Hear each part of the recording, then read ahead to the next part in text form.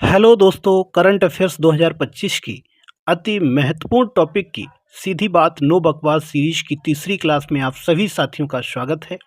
तो दोस्तों, हम आप लोगों के लिए करंट अफेयर्स के कुछ चुनिंदा टॉपिक्स को लेकर के आए हैं, उन पर आज बात करने वाले हैं और हम इसी प्रकार के टॉपिक्स को आपके सामने लेके आते रहते हैं। तो आज की क्लास को इस शानदार मोटिवेशनल क्वेट के साथ शुरू करेंगे। तो ये हमारा आज का शानदार मोटिवेशनल क्वेट है कि अभी से पाँव के छाले न देखो, वापस लौटने का रास्ता न देखो, सफ़र में कदम डगमगाते हैं सबके, सफ़र में कदम डगमगाते हैं सबके, थोड़ी हिम्मत से चलो, आगे मंजिल है देखो। तो आइए आज का पहला टॉपिक देखते हैं कि क्या है। पहला टॉपिक है आपदा प्रबंधन संशोधन अधिनियम 2025। तो दोस्तों, अभी हाल ही में आपदा प्रबंधन अधिनियम में संशोधन किया गया। आखिर ये संशोधन क्या हुआ है, आइए देखते हैं। तो सबसे पहले आपको जानना है कि किस में संशोधन किया गया है, मतलब किस एक्ट में संशोधन किया गया है। तो आपदा प्रबंधन अधिनियम 2005 में ये संशोधन किस में हुआ? आपदा प्रबंधन अधिनियम 2005 में। इसकी महत्वपूर्ण तिथियों को जानना अति महत्वपूर्ण है। जब भी कोई एक्ट होता है जिसमें संशोधन किया जाता है, तो उसकी तिथि को भी याद रखना जरूरी होता है। तो इसकी महत्वपूर्ण तिथियों को याद रखेंगे। 12 दिसंबर 2024 को ये जो संशोधन हुआ, ये लोकसभा से पास किया गया था 12 दिसंबर 2024 को, ठीक है। इसके बाद 25 मार्च 2025 को राज्यसभा से पास किया गया और 29 मार्च 2025 को राष्ट्रपति की स्वीकृति मिली। कब स्वीकृति मिली? 29 मार्च 2025 को। 9 अप्रैल 2025 से ये लागू हो गया। तो ये लागू होने वाली जो तिथि है, ये तो आपको निश्चित तौर पर याद रखनी है कि अभी जो संशोधन हुआ, ये संशोधन कब से लागू हुआ? तो 9 अप्रैल 2025 से, ठीक है। अब आपको जानना है कि आखिर जो संशोधन हुआ वो क्या हुआ, मतलब क्या परिवर्तन किया गया। तो अब एनडीएमए और एसडीएमए ये स्वयं अपने स्तर से आपदा प्रबंधन योजनाएं तैयार कर सकेंगे। मतलब आपदा को किस तरीके से आपदा प्रबंधन किया जाए, उसके बारे में सारी योजनाएं तैयार करने का अब अधिकार किसको दे दिया गया है? एनडीएमए को और एसडीएमए को, ठीक है। पहले इनके पास अधिकार नहीं था। पहले क्या था? तो यहाँ लिखा है, देखो, संशोधन से पूर्व, संशोधन जब नहीं हुआ था तब क्या था, तब कंडीशन क्या थी? तब केंद्र सरकार अधिनियम के तहत नियम बनाती थी। कौन नियम बनाता था? केंद्र सरकार। लेकिन अब ये शक्ति किसको दे दी गई है? अब एनडीएमए और एसडीएमए को ये शक्ति दे दी गई कि तुम स्वयं अपने स्तर से आपदा प्रबंधन से संबंधित योजनाएं आप तैयार कर सकोगे, ठीक है। तो ये बात क्लियर हो गई। चलते हैं अगले टॉपिक पर। अगला टॉपिक है 71वें राष्ट्रीय फिल्म पुरस्कार 2023। अभी हाल ही में इनकी घोषणा करी गई है, 71वें राष्ट्रीय फिल्म पुरस्कार 2023 की। तो इसमें आपको सबसे पहले जानना है कि श्रेष्ठ फीचर फिल्म का पुरस्कार किसको मिला? 12वीं फेल, ये हिंदी भाषा की फिल्म है, 12वीं फेल, ठीक है। सर्वश्रेष्ठ गैर फीचर फिल्म का पुरस्कार किसको मिला? तो फ्लावरिंग मैन को मिला है, ठीक है। सर्वश्रेष्ठ निर्देशन का पुरस्कार ये सुदीप्तो सेन द केरला स्टोरी को। सर्वश्रेष्ठ अभिनेता का पुरस्कार शाहरुख खान जवान फिल्म के लिए और विक्रांत मैसी 12वीं फेल फिल्म के लिए, ठीक है। सर्वश्रेष्ठ अभिनेत्री का पुरस्कार किसे मिला? रानी मुखर्जी को। केवल इतना याद रखना है। चीज़ें तो इसमें बहुत सारी हैं, लेकिन आपको केवल यही नाम याद रखने हैं, ये आपके लिए पर्याप्त हैं, ठीक है। इसके बाद अगला टॉपिक है होप मिशन। होप मिशन बहुत ही इंपॉर्टेंट है। सबसे पहले होप मिशन के बारे में आपको ये जानना है कि होप का पूरा नाम क्या है। तो होप का नाम एच से हो जाएगा हिमालयन, ओ से हो जाएगा आउटपोस्ट, पी से हो जाएगा प्लेनेटरी और ई से हो जाएगा एक्सप्लोरेशन। तो हिमालयन, आउटपोस्ट, प्लेनेटरी, एक्सप्लोरेशन। ठीक है, तो ये नाम आपको याद रखना है कि इसकी फुल फॉर्म क्या होगी। ठीक, और इसकी स्थापना कहाँ पर की गई? तो स्थापना इसकी लद्दाख में की गई है। कहाँ की गई? लद्दाख में। ये जगह का नाम आपको याद रखना है। ठीक है, इसके बाद उद्घाटन किसने किया, ये भी तथ्य महत्वपूर्ण हो जाता है कि आखिर उद्घाटन किसने किया। तो डॉक्टर वी नारायण द्वारा किया गया। तो ये क्या है डॉक्टर वी नारायण? ये इसरो के अध्यक्ष हैं। ठीक है, इनके द्वारा उद्घाटन किया गया। कब किया गया? 31 जुलाई 2025 को। इसका मतलब क्या हुआ कि ये जो होप मिशन है ये किसके सहयोग से स्थापित किया गया है? इसरो के सहयोग से इसको स्थापित किया गया। यहाँ तक बात क्लियर हो गई। इसके बाद आपको जानना है कि आखिर ये स्थापना क्यों की गई। ये भी बहुत ही महत्वपूर्ण है कि स्थापना आखिर की गई है तो क्यों की गई है।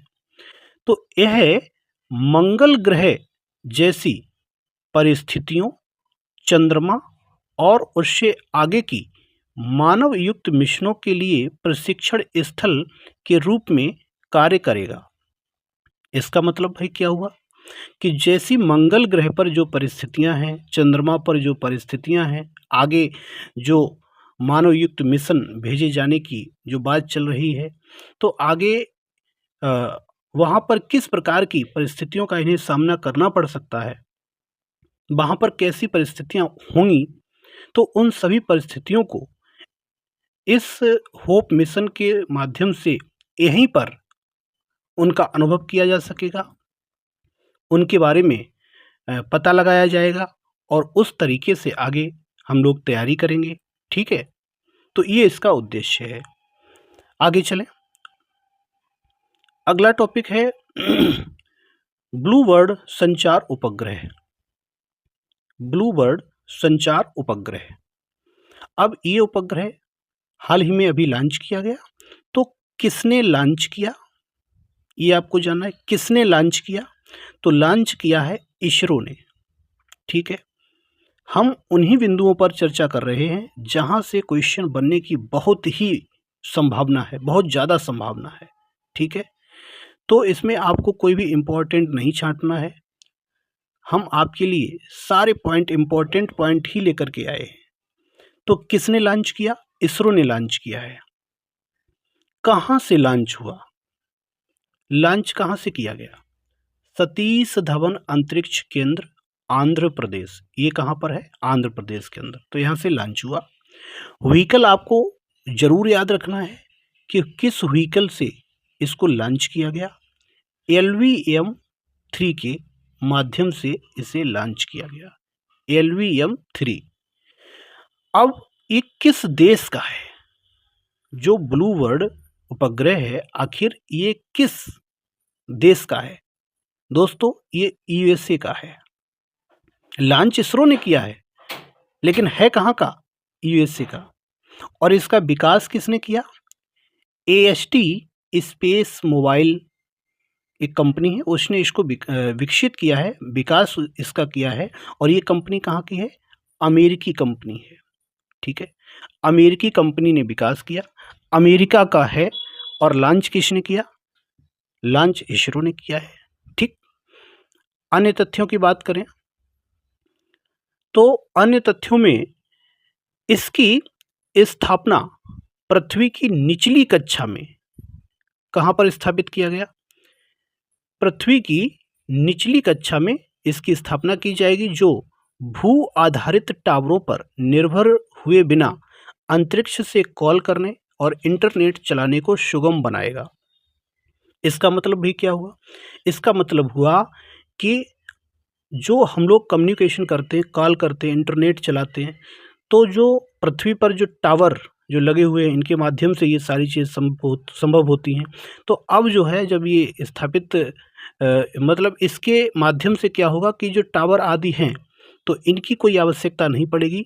बिना टावर के, ये लिखा हुआ है कि टावर पर निर्भर हुए बिना, जो भू आधारित टावर हैं इन पर निर्भर हुए बिना अंतरिक्ष से कॉल करने और इंटरनेट चलाने को सुगम बनाएगा। ठीक है, अब टावर आदि की आवश्यकता नहीं रहेगी। क्लियर? आगे बढ़ते हैं, अगले पॉइंट की तरफ नजर डालते हैं।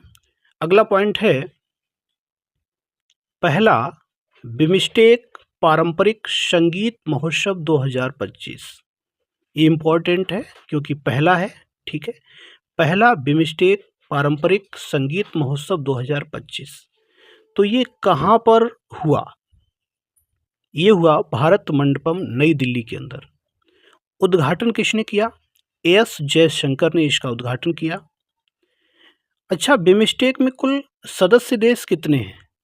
ये भी आपको आना चाहिए। बिमस्टेक में कुल सदस्य देश कितने हैं?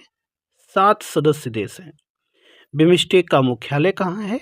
ढाका के अंदर है। ठीक है। अच्छा, जो अभी ये महोत्सव जिसका आयोजन अभी किया गया, पहला बिमस्टेक पारंपरिक संगीत महोत्सव, इसकी थीम क्या है? तो आपसे थीम पूछी जा सकती है। तो थीम है सप्त स्वर 7 राष्ट्र एक स्वर। 7 राष्ट्र एक स्वर। क्लियर?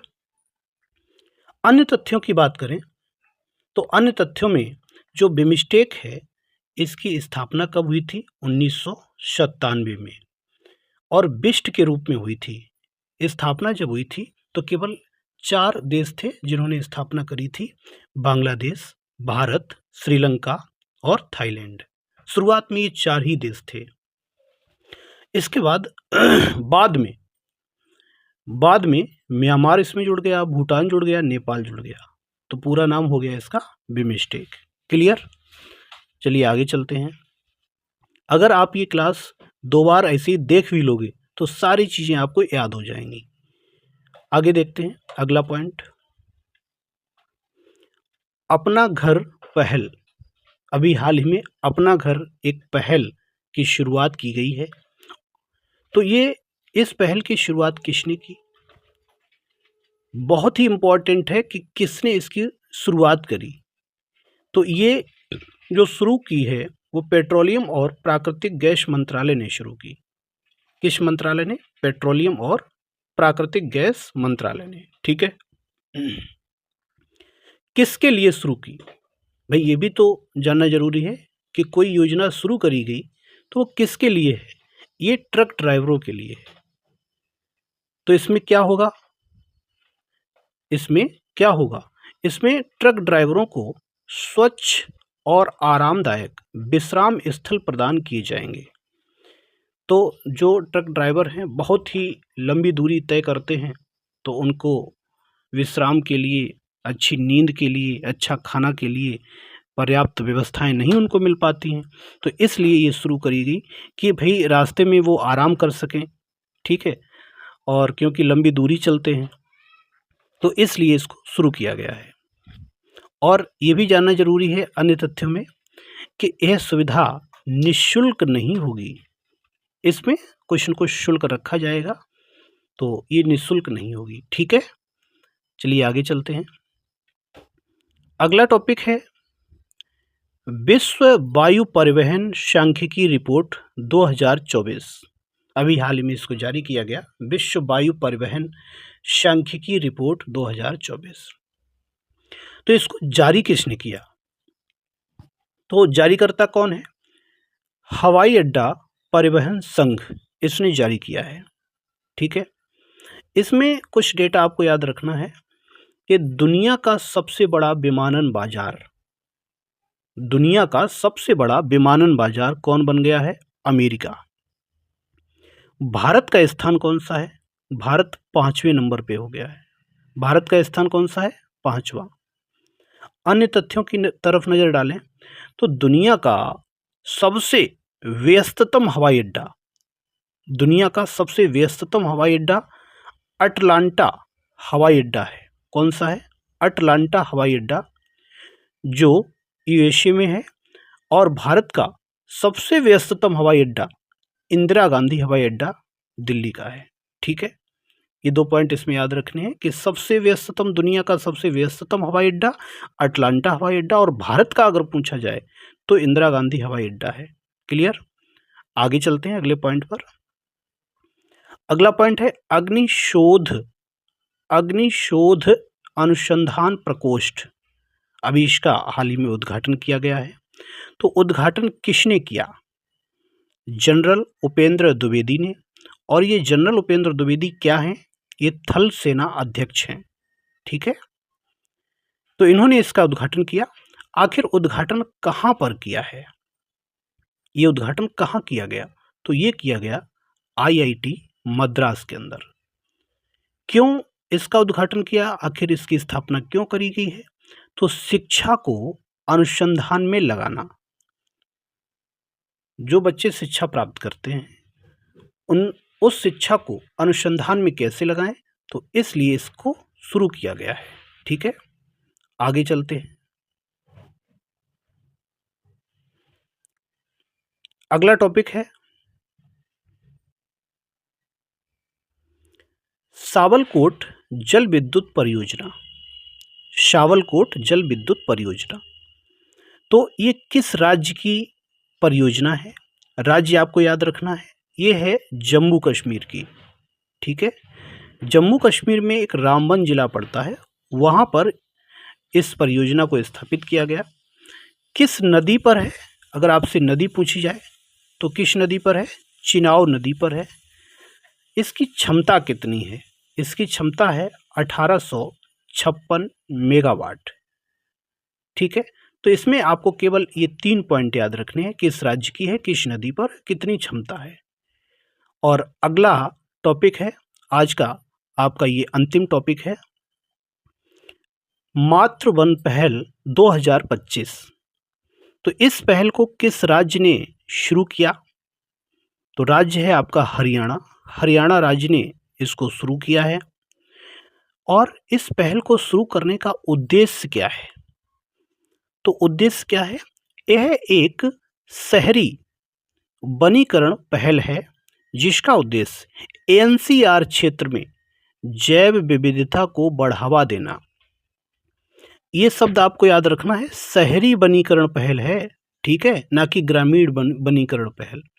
ये एक शहरी वनीकरण पहल है जिसका उद्देश्य NCR क्षेत्र में जैव विविधता को बढ़ावा देना है।